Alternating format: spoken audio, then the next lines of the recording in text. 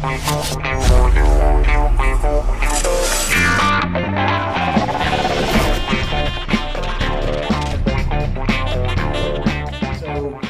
the brewery was doing in 1870 to send their beer out into the world, they didn't necessarily advertise that. They didn't write about it. They certainly didn't blog about it or put Twitter posts about it every day about what they were doing.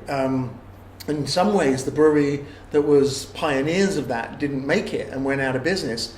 And so people have gone into what's called almost like forensic science version, forensic analysis of the books of the brewery, which were passed on to a library somewhere, and have actually been retained. Looked at some of the advertising they might have done that's still around. Maybe the brewing book, the recipes book, perished; it didn't survive. But you can, with some kind of forensic work, you can deconstruct what ingredients they were buying, how much beer they were making, therefore reconstruct a recipe, roughly based on what the accounts were telling you. And those stories that come out of that are often very different from dogma, and what is accepted as the historical record for the certain styles. So new research about these styles is happening all the time.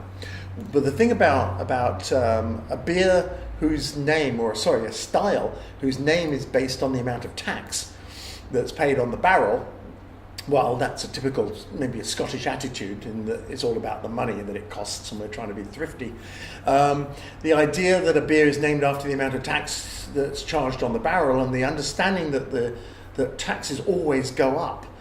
They're not going to necessarily change the name of the beer all the time to reflect the new tax rate, but they're more likely, and which is what has actually happened, is to reduce the strength of the beer to match the new tax rate. So where in history are you going to pick a point where you're going to decide what a 90 shilling is, which is what we did. We went back into a blogger, a British blogger, Ron Patterson, and then Martin Peake, another guy from England who has done this kind of work in this forensic accounting work, and found that from their work that there was only really one beer called 90 Shilling, and it was made by Alloa Brewery. It was about 5.6% alcohol, and it was brewed in the 20s. And so, okay, there's where a beer at 5.6 alcohol fits the modern drinking strength that we want to portray. But in historical terms, there was only one point in history where that was appropriate for a 90 shilling beer. There are other brewers that brew beers called 90 shilling that pitch the alcohol content of theirs at 7% alcohol.